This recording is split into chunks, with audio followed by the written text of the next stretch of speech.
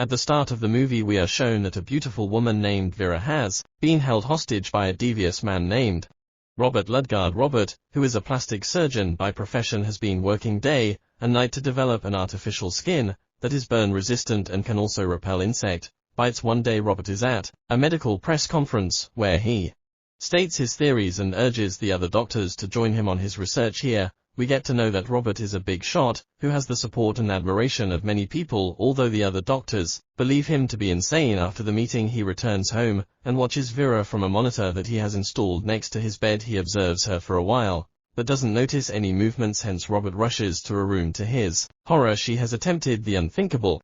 Robert immediately rushes her to his medical lab and rescues her in the nick of time. After a while Vera regains consciousness and inquires if she will ever get to leave, but the doctor remains silent. This reveals that she has been held captive for a long time, and following this we are given a brief overview of the place. Robert lives in a large mansion, which is almost isolated from the main city. He has no family or relatives, and his closest confidant is the housemaid Marilla, who apparently knows about the hostage Vera. There are also a few other servants in the mansion, but they are oblivious to what's going on. One day while Robert is having breakfast, Marilla gives him a gallon of blood and reveals that she extracted it from a live animal. Wasting no time, Robert takes the gallon and heads to his lab to conduct some experiments on it. After a while he successfully extracts a sample of artificial skin and applies it to a dummy. Then he transplants the dummy skin and puts it on Vera. At last Robert conducts numerous burn and mosquito tests and concludes that the skin is indeed resistant from all of them. It's not entirely insect repellent, though the doctor is still there. A few days later the manic doctor is at another press conference where he announces that he has successfully invented a skin that is burn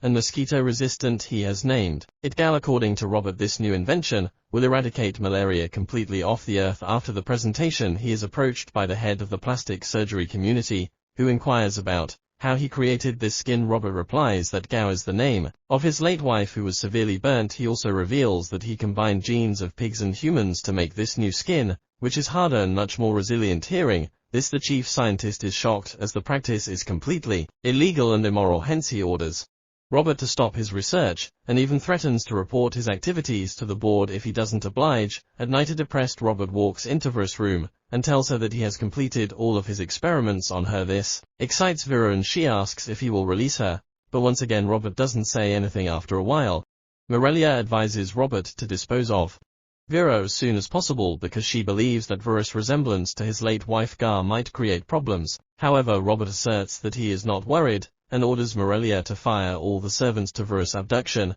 a secret. The following day, after all the servants have left, a man in a tiger costume arrives at the door. He tells Morelia that he is her son Zika, whom she hasn't met in over 10 years. He does this by showing her his ass. Morelia is hesitant at first, but soon her maternal instincts kick in and she allows him inside. But after a while, when Zika is having a meal, the television flashes news about a recent bank robbery. From the news, Morelia finds out that Zika is one of the escaped robbers. When she confronts him about it, he readily accepts his crime, saying it is his daily bread and butter. However, he also requests her to let him stay for a few days, claiming that he has nowhere else to go and needs to hide. As the two are talking, Zika sees Vera on the surveillance monitor and is stunned by her physique. He asks Morelia about her location but gets no reply. Desperate to find the girl, Zika ties his mother to a chair and starts looking for Vera. He eventually finds her room and starts forcing himself onto her. Strangely, while Zika is doing so, he says that he is surprised to see her alive. Turns out that Vera looks exactly like Robert's deceased wife Gal, and Zika was involved with her somehow. Just then Robert arrives home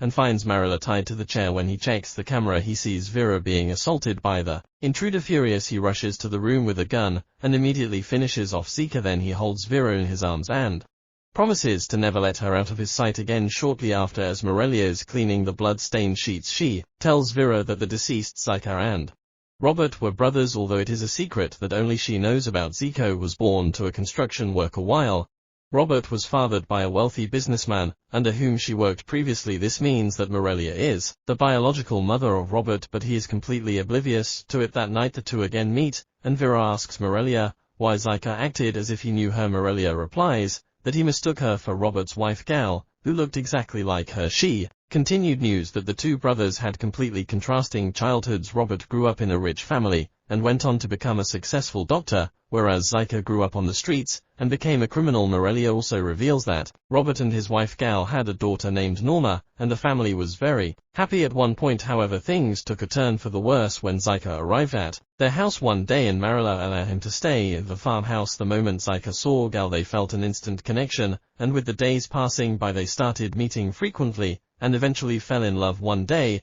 they decided to run away from Robert in a car. However, midway they got into a fatal accident. Zyka immediately ran away from the burning vehicle, leaving his lover behind. By the time Robert reached the scene, his wife was in a vegetative state, with her face barely recognizable. Despite this, Robert never lost hope and took great care of his wife. He even removed all the mirrors from the house so that Gal wouldn't feel bad about her burnt appearance. Several months passed and Gal recovered well, but her once beautiful face could not be restored. One day, she heard her daughter singing outside a song that made her feel emotion for the first time in years, and when she headed to the window to look, she accidentally saw her face in its reflection, and became devastated at the sight of what she had become. Hence, with no willpower to continue living, she jumped out of the window and ended it all. Unfortunately, her lifeless body was noticed by Norma, who became traumatized by the sight. In the present, Vera and Robert have intercourse. The latter misses his wife a lot, so he imagines her, and does the deed. After finishing up, the two cuddle and fall asleep. In his sleep, Robert dreams about his daughter's demise. In the next scene, the movie goes back to 6 years prior,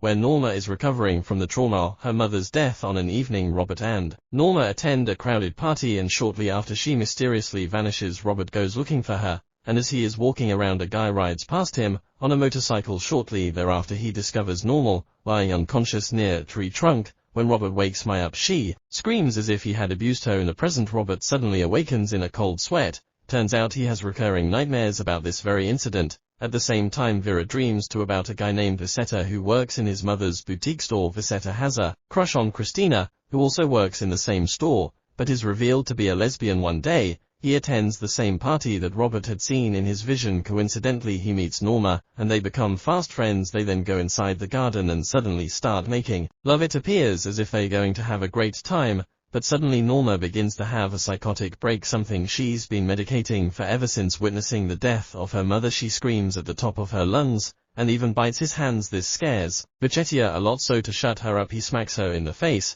and knocks her out. Then he hurriedly fixes her clothes and flees the scene. After a week, Vicetta is seen riding his motorcycle through the woods. Surprisingly, Robert is following him, who has been looking for an opportunity to take revenge. He soon crashes Vicetta's motorcycle and forcefully takes him to his basement room. Later, a cop informs Vicetta's mom that they discovered his destroyed motorcycle at the base of a cliff. All the clues point to Vicetta having fallen from the cliff, leaving his mother devastated. The next day, Robert goes to a mental hospital to check on his daughter Norma, but she refuses to accept him, thinking that he assaulted her, and shuts herself inside of a closet. She has developed a fear of all men and only cooperates with female nurses elsewhere. Robert has abused Vicetta by keeping him chained and depriving him of food and water. A few days later, Norma passes away, having thrown herself from a window just like her mom, and to escape from her grief, Robert tries to indulge himself in work. Thus, he prepares Vicetta for his new experiment by shaving him and taking him to the operation theater. He also invites other doctors and creates a fake statement of consent to perform a vaginoplasty on Vicetta. Here, the master Mr. Plan of Robert is finally revealed. He wants to transform Vicetta into a female. After hours of surgery, the procedure is finally complete. When Vicetta wakes up and learns that he is no longer a male, he freaks out. The next day, he is shifted to a better room. There, Robert takes good care of him and provides him with medicine and other necessary devices to make sure that his sexual organs grow properly. One day, Robert reveals that he abducted Vicetta because of what he did to his daughter. The latter is scared, but he has no choice but to oblige to the mad doctor's demands. He hopes that one day he will finally be released. However, even after several years, he is still kept in captivity. He is also fully transformed into a female and has undergone numerous intensive procedures to slowly be made to look exactly like Robert's deceased wife. Gal. Vicetta is none other than Vera. The movie then cuts back to the present, where Morelia is angry that Vera is being allowed to freely roam the house. Robert even takes her on numerous shopping trips. Morelia warns him that he shouldn't let Vera roam so freely, but Robert simply ignores her. Later that day, a colleague of Robert's comes to his home to show him a newspaper with Vicetta's picture on it. He remembers conducting the sex change on him, and accuses Robert of lying about Vicetta's consent. But before things can get ugly, Vera approaches them, and defends Robert by saying that she indeed gave consent to the surgery as she wanted to be a female. To the colleague departs, Robert thanks Vera for saving the day. That night, as the two are having intercourse, Vera heads downstairs with the pretext of getting some lubricating cream. However, it's clear that she has other intentions. She takes out a gun from a drawer and hides it inside her bag. After gathering some courage, she then confronts Robert and reveals that she was just pretending to love him. Robert is speechless, and before he can say anything, Vera shoots him to death. Marilla, who is downstairs, is startled by the sound, and she rushes to the scene, but unfortunately for her, she is also finished off in the same manner as her boss. Vera is hiding under the bed, and as she shoots her, she says peekaboo, A__A. In the final scene, Vera heads to her mother's boutique shop, where she meets her former crush, Christina. The two chat for a while, and Vera finally reveals everything about how she was abducted and forcefully turned into a female. She even shows a dress from 6 years before to prove that she is really Vicetta. Hearing all this, Christina breaks into tears. The movie ends as Vera finally meets her mother and reveals that she is none other than her lost son. She says, "It is me, Vicetta." Subscribe for more videos like this, turn on notifications, and leave a like to help the channel out. Thank you for watching.